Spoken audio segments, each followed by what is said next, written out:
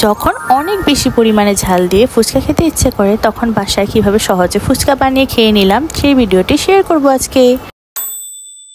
আমার mainly Indian type fuchka খেতে অনেক বেশি ইচ্ছে করছিল। ইন্ডিয়ায় যে ফুচকাগুলো খেয়েছিলাম সেখানে তাদের টকটাই মেন থাকে। আমি ইন্ডিয়ান টাইপ টক বানানোর চেষ্টা করছিলাম, তাই একটা বাটিতে আমি আমার ঘরে থাকা যে তেঁতুলগুলো ছিল তা জল দিয়ে ভিজিয়ে রেখেছিলাম। আর তেঁতুল দেখলে কার কার জিভে জল চলে আসে, আমার তো একদম তেঁতুল দেখে জল চলে আসছিল জিভে, তাই আমি একটু তেঁতুল নিয়ে খাচ্ছিলাম। খেতে যা মজা লাগছিল না। বেশ কিছুক্ষণ তেঁতুলগুলো জলে ভিজিয়ে রাখার পর তেঁতুলের কাঠ বেরিয়ে আসে, কারণ তেঁতুলগুলো পাকা ছিল তাই বেশিক্ষণ সময় লাগেনি। আর অন্যদিকে আমি ধনিয়া পাতা আর পুদিনা পাতা নিয়ে নেই। পুদিনা পাতা আর ধনিয়া পাতাগুলোকে আমি ভালো করে ব্লেন্ড করে নেই, কারণ এগুলো পেস্ট না হলে ভালোভাবে টকে মেশানো যাবে না। আমার ধনিয়া পাতা আর পুদিনা পাতার পেস্ট একদম রেডি। অন্যদিকে আমি ধনিয়া পাতা, কাঁচা মরিচ আর পেঁয়াজ কুচি করে রেখেছিলাম। মরিচগুলোকে একদম ছোট ছোট করে কুচি করেছিলাম। আমি যে তেঁতুলের কাঠটা বানিয়ে রেখেছিলাম সেটাতে ধনিয়া পাতা আর পুদিনা পাতা যে পেস্ট করা ছিল তা একসাথে ভালোভাবে মিশিয়ে নিই। মিশিয়ে নেওয়ার পর কালারটা একদমই চেঞ্জ হয়ে গিয়েছিল।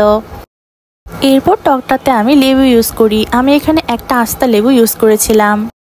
আমি এরপর টকটাতে পরিমাণ মতো চিনি আর বিট লবণ দিয়ে একসাথে ভালোভাবে মিশিয়ে নিয়েছিলাম। আমি যে লেবুগুলো ইউজ করেছিলাম সেই লেবুর খোসাগুলো আমি টকটাতে দিয়ে দিই, কারণ লেবুর খোসা থেকেও একটি সুন্দর গন্ধ বের হবে আর ফ্লেভারফুল হবে। যখন ইন্ডিয়া গিয়েছিলাম তখন সেখান থেকে চাট মশলাটা আর আমচুর পাউডারটা নিয়ে এসেছিলাম, তাই ভাবলাম এগুলোও ইউজ করা যাক। ইন্ডিয়ান ফ্লেভার আনার জন্য এগুলো ইউজ করেছিলাম। আমি এখানে পরিমাণ মতো চাট মশলা আর আমচুর পাউডার দিয়ে ভালোভাবে টকটাকে মিশিয়ে নিই। আর এই মশলাগুলো ইউজ করার কারণে টকের ফ্লেভারটাও অন্যরকম হয়ে গিয়েছিল।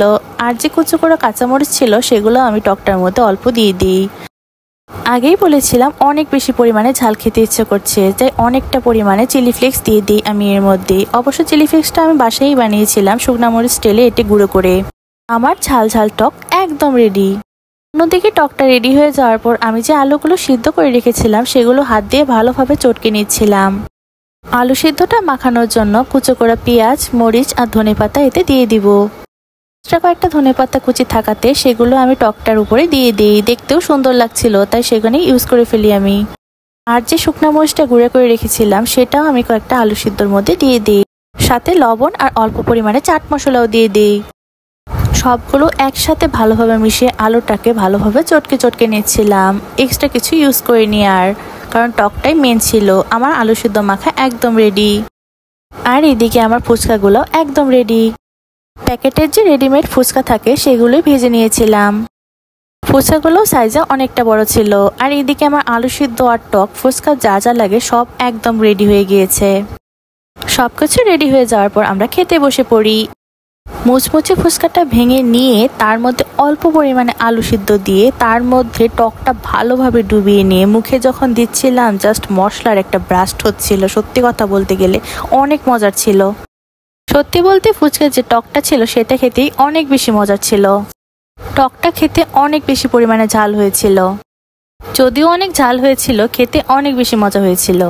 ফুচকাটা মুখে দেওয়ার সাথে সাথে অনেক রকমের মশলার ব্লাস্ট হচ্ছিল।